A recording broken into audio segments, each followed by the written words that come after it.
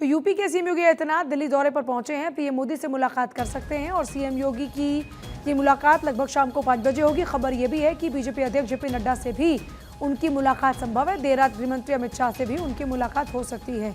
उत्तर प्रदेश के मुख्यमंत्री योगी आदित्यनाथ पहुंचे हैं। यूपी में भी देखिए उपचुनाव है और यूपी में उपचुनाव को लेकर भी रणनीति पर चर्चा हो सकती है। अमित शाह से उनकी मुलाकात हो सकती है, पीएम मोदी से मुलाकात हो सकती है और पीएम मोदी से 5 बजे मुलाकात होगी। जेपी नड्डा से भी मुलाकात संभव है। फिलहाल यूपी भवन में पहुंचे उत्तर प्रदेश के मुख्यमंत्री योगी आदित्यनाथ। उस दौरान की तस्वीरें इस वक्त आप देख रहे हैं। पीएम मोदी से आज उनकी मुलाकात हो सकती है। शाम के 5 बजे पीएम मोदी के साथ में सीएम योगी आदित्यनाथ की मुलाकात होगी।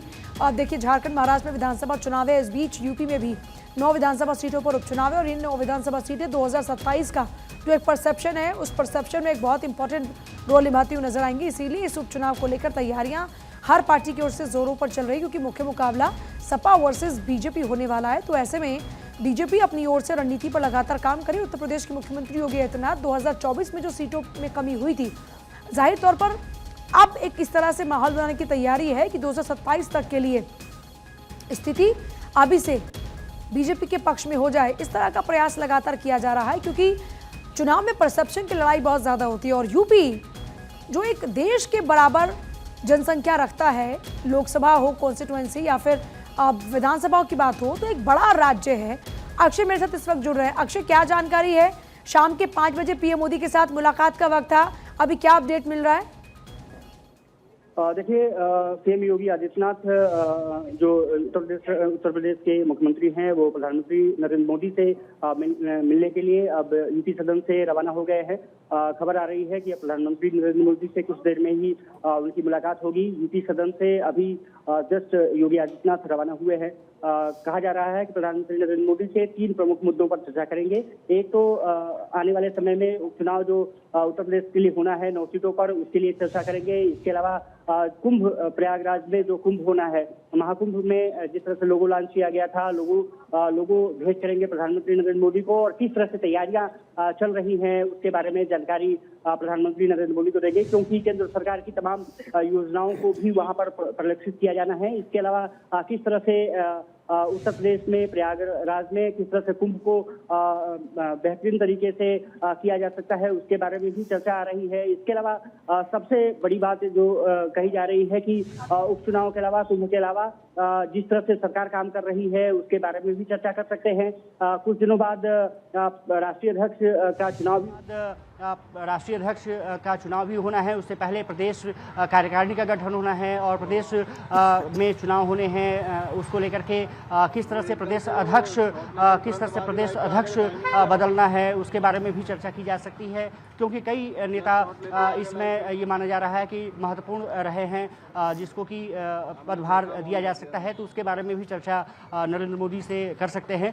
फिलहाल 3 प्रमुख मुद्दे रहे हैं पूजा, जिसमें कि जैसा मैंने जिक्र किया कि कुंभ का जो लोगो लॉन्च किया गया था, योगी आदित्यनाथ ने खुद लॉन्च किया था, उस लोगो को प्रधानमंत्री नरेंद्र मोदी को सौंपेंगे। और इसके अलावा ये कहा जा रहा है कि केंद्र सरकार जिस तरह से रेलवे नेटवर्क को जिस तरह से वहाँ पर पर्यटकों को पहुँचाने के लिए काम कर रही है उसके बारे में चर्चा करेंगे। किस तरह से वहाँ पर योजनाएं लागू की जा रही हैं, केंद्र सरकार किस तरह से काम कर रही है।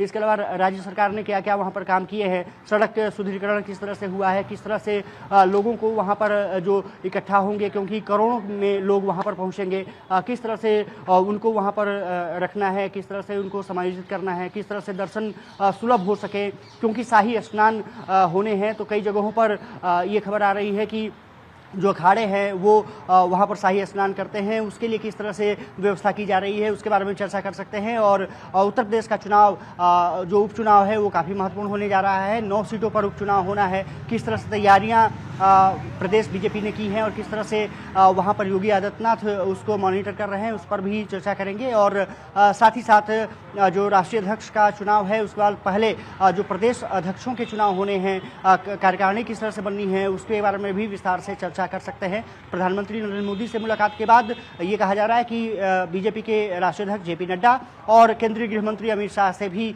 मुलाकात करने का कार्यक्रम योगी आदित्यनाथ का है। फिलहाल वो यूपी सदन से निकल चुके हैं। कुछ देर बाद ही प्रधानमंत्री नरेंद्र मोदी के निवास 7 लोक कल्याण पहुंच जाएंगे और वहां उनकी मुलाकात होगी। माना यह जा रहा है कि लगभग 10 मिनट का समय होगा जब प्रधानमंत्री से उनकी मुलाकात शुरू हो जाएगी। पूजा। अच्छा, इसके अलावा खबर ये भी है कि देर रात अमित शाह के साथ भी मुलाकात हो सकती है। क्या अमित शाह के साथ मुलाकात का कनेक्शन यूपी उपचुनाव है?